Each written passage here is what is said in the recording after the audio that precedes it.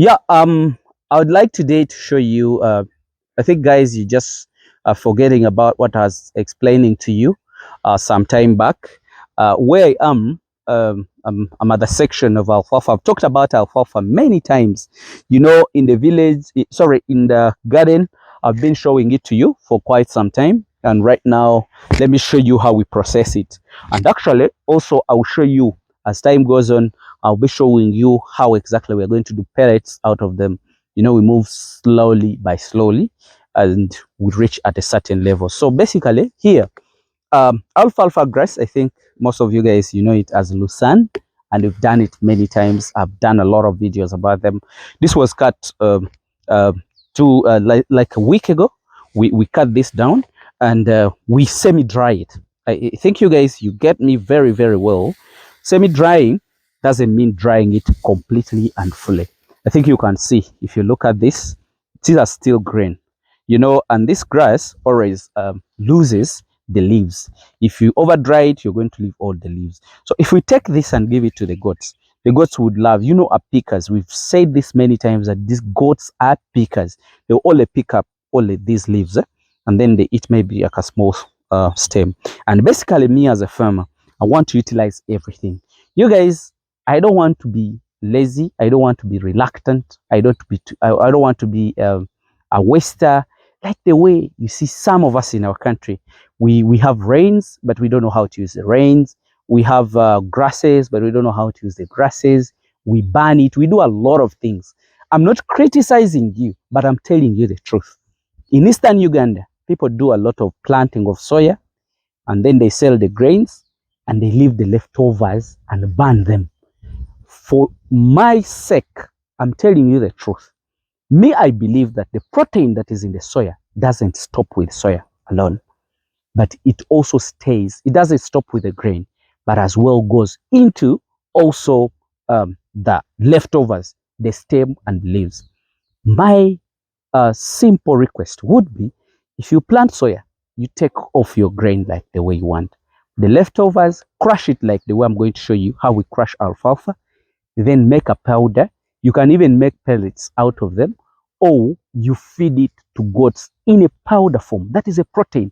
And you know, it's a dry matter, and goats want to utilize dry matter even more than the fresh. You get it?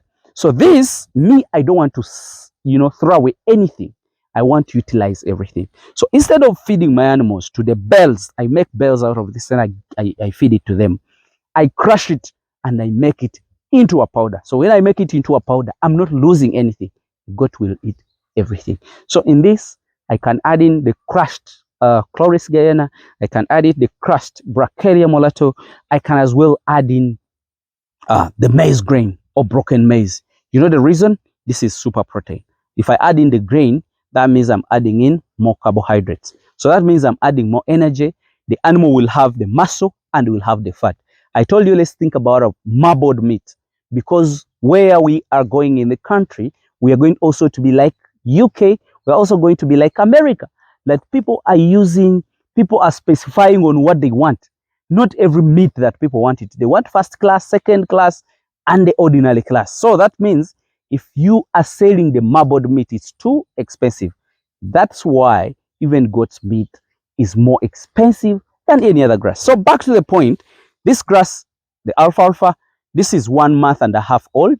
You know, it has started bringing the flowers, and we have cut it. Now, after another 1.5 months, we are going to reharvest where we got this from, because this is a perennial. It regrows and you harvest. So after harvesting it, give it 2 days to wilt. If there is no rain, 1 day is enough.